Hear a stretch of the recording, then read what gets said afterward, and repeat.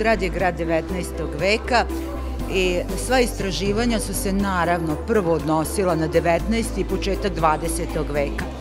Naravno, usledila su posle toga istraživanja graditeljskog sloja koji je nastajao između dva svetska rata.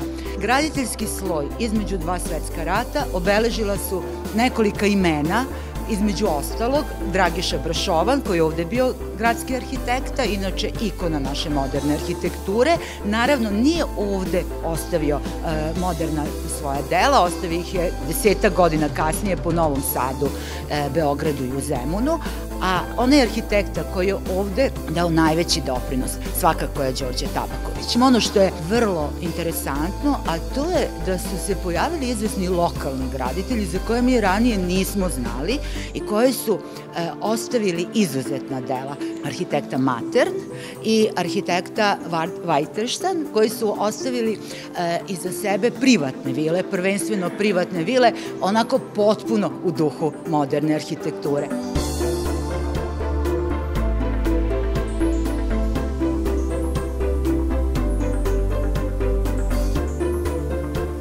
Mi nismo mapirali sve objekte, sigurno da tu ima prostora još za izučavanje, još za analiza, ali ovo su neki sa kojima bi počeli i nadamo se da ćemo nastaviti dalje.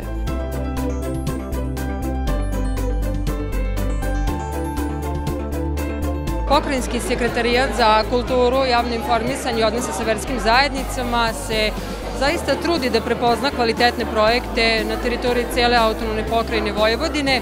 Male sredine jesu ograničene u smislu i ljudskih resursa i materijalnih resursa, međutim, često takva ograničenja zapravo rezultiraju izuzetno kvalitetnim projektima koji su pre svega značajni za lokalnu sredinu i to je ono što autonomna pokrajina Vojvodina mora da prepozna i naravno u skladu sa svojim mogućnostima i finansira.